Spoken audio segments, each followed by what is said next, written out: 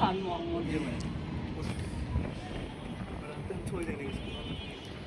আসসালামু আলাইকুম রহমতুল্লাহ। ভালো আছেন সবাই? খাওয়া দাওয়া হয়েছে দুপুরে? না,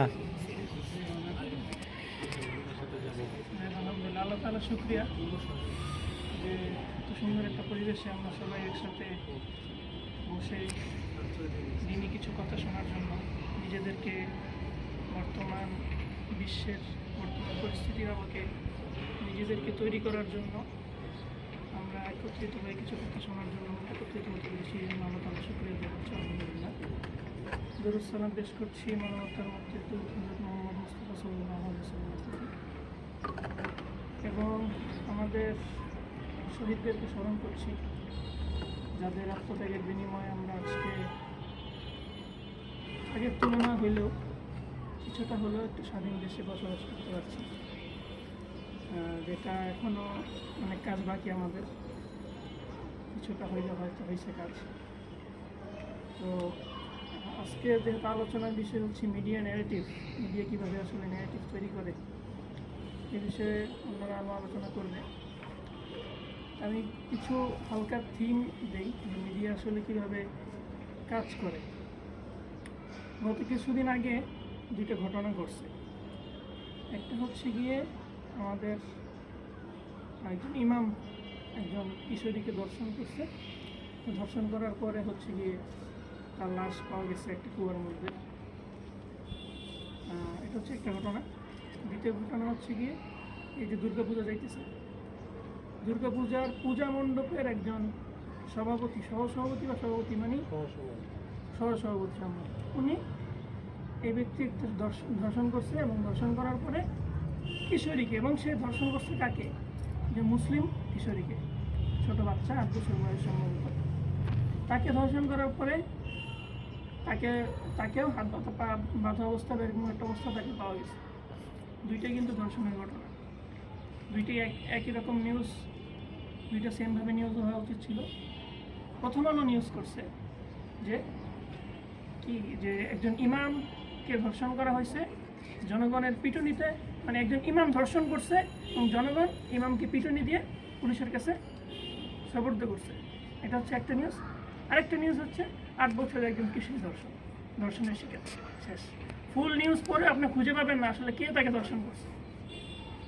সে হিন্দুর নাম উঠানো হয় নাই। শুধু সে কিন্তু সাধারণ একজন হিন্দু না, সে একজন হিন্দু মহাজোটের বা হিন্দুদের জোটের একজন দায়িত্বশীল, কিন্তু তার নাম উঠে আসে নাই। আর এদিকে স্বাভাবিকভাবে আমরা ফুল নিউজ পড়ি না, শুধু হেডলাইনটাই পড়ি।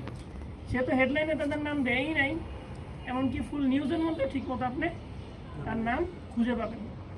এটা হচ্ছে আমাদের দেশের মিডিয়া ন্যারেটিভ তৈরি সিস্টেম।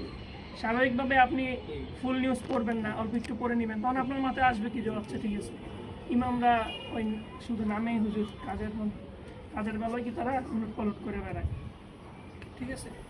কিন্তু ওই হিন্দু সম্পর্কে তো আপনার কোনো ভুল ধারণা আসতেছে না, আপনার কাছে মনে হচ্ছে যে স্বাভাবিক একটা ধর্ষণ হয়েছে। এটা হচ্ছে একটা মিডিয়া ন্যারেটিভের সিস্টেম। গত 15-16 বছর কী হয়েছে যে একটা ছাত্রলীগের এরা অনেক মারামারি করছে, কাটাকাটি করছে। কী হয়েছে যে অমুক ছাত্রলীগ নেতা গ্রেফতার, তাদের পারস্পরিক সংঘর্ষ বা ছোটোখাটো কিছু একটা বিষয় হয়েছে। আর মনে করেন যে অন্য কেউ গ্রেফতার হয়েছে, আমি কোটি বলি যে শিবিরের ক্যাডার অস্ত্রসহ গ্রেফতার, নিহত 5, হ্যাঁ খুব স্পেসিফিকলি তাদের নাম উল্লেখ করে করে এভাবে বলছে।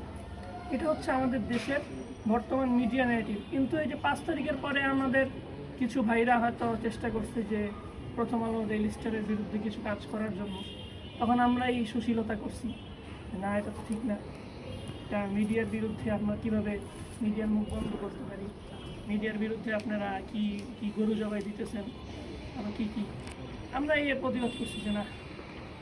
তারপরে সময় টিভির পক্ষে আমরা কথা বলছি না, যতই যাই হোক তারাও তো মিডিয়া, তাদের বাক স্বাধীনতা দিতে হবে। সেই কিন্তু বাক স্বাধীনতার নামে যদি আপনাদেরকে কেউ আপনার যেই ফিলোসফি, আপনার যে দর্শন, আপনার এই যেই চিন্তাভাবনা, এটাকে যদি কেউ বদলাইয়া দেয়, তখন সেটাকে আসলে বাক স্বাধীনতা বলা, ঠিক আছে।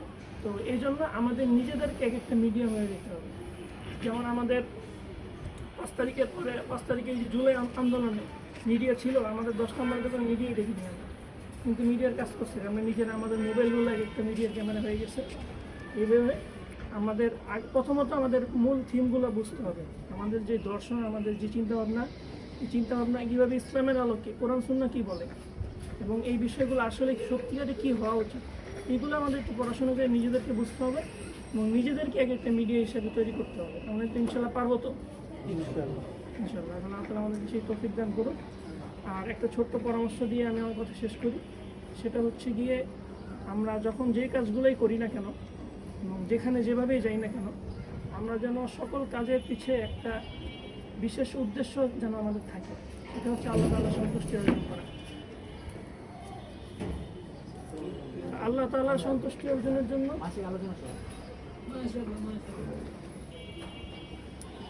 আল্লাহ তাআলার সন্তুষ্টি অর্জনের জন্য যদি আমরা প্রতিটা কাজ করতে পারি, আমাদের প্রতিটা কাজের পিছে কাজ করার আগে যদি আমাদের মনে এই চিন্তাটা আসে যে আমরা আল্লাহ তাআলার সন্তুষ্টি অর্জনের জন্য এই কাজটা করতেছি কিনা, তাহলে আশা করো যে আমরা আমাদের প্রত্যেকটা কাজের পিছেই কাজটাকে ভালোভাবে করতে পারবো এবং এই প্রত্যেকটা কাজের মধ্যে আমরা আল্লাহ তাআলার কাছ থেকে সওয়াব নেকি অর্জন করতে পারবো। তো এই বলে আমি আমার কথা শেষ করছি। আল্লাহ তাআলা আমি যেই দুটো বিষয় বললাম এর মূল গুরুত্বটা আমাদেরকে বুঝতে তৌফিক দান করুন এবং যদি কোনো ভুলভ্রান্তি থাকে এগুলো আল্লাহ তাআলা আমাদের মন থেকে দূরে সরিয়ে দিক। তো এগুলো আমার কথা শেষ করছি। আসসালামু আলাইকুম ওয়া রাহমাতুল্লাহ।